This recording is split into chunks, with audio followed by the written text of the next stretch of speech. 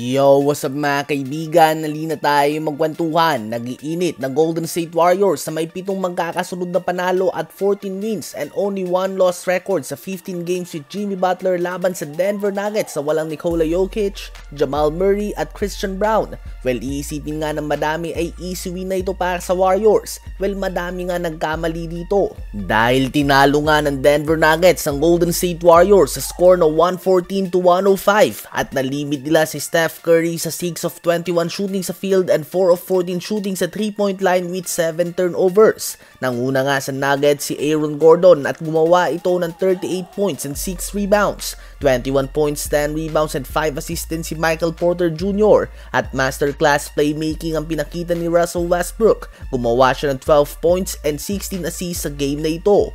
Ang Los Angeles Lakers naman na walang LeBron James at Rui Hachimura ay tinambakan ng San Antonio Spurs na walang De'Aaron Fox at Victor Wembanyama. Easy win nga ito para sa Lakers mga kaibigan. Umabot nga sa 28 points ang kanilang biggest lead kahit na kung tutusin ay nagkaroon ng bad shooting night si Luka Doncic. Nagtala pa din nga siya ng 21 points, 9 rebounds, 14 assists and 3 steals sa game na ito, subalit 5 of 20 lang nga siya sa field at 1 of 7 naman sa 3-point line. 10 points nga sa kanyang 17 points na nanggaling sa free throw line. Ganun pa man, andyan nga si Austin Reaves na nagtala ng 30 points, 7 rebounds and 6 assists on more than 50% shooting sa field at napapasayaw na lang nga dito si LeBron James mga kaibigan.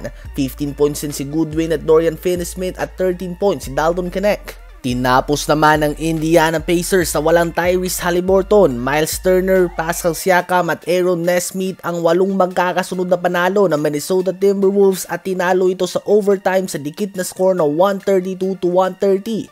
34 points and 10 rebounds si Obi Toppin including ang game-winning 3-pointer. 22 points din si Ben Mathurin at bukod sa kanila ay 6 players pa nga ng Pacers ang gumawa ng double-digit scoring.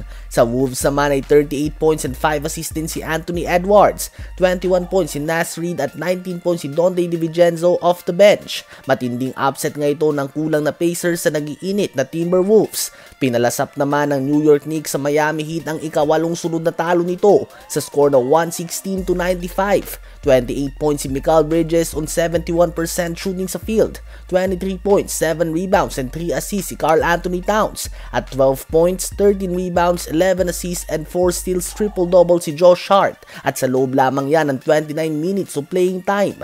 Ang pag-alis nga ni Jimmy Butler ay sampal ng katotohanan sa Miami Heat. Si Butler nga at ang Warriors ay napapadami ng panalo at magkakasunod nga ito habang ang Miami Heat naman ay may 8 ng magkakasunod na talo. Ano ba ang masasabi nyo tungkol dito?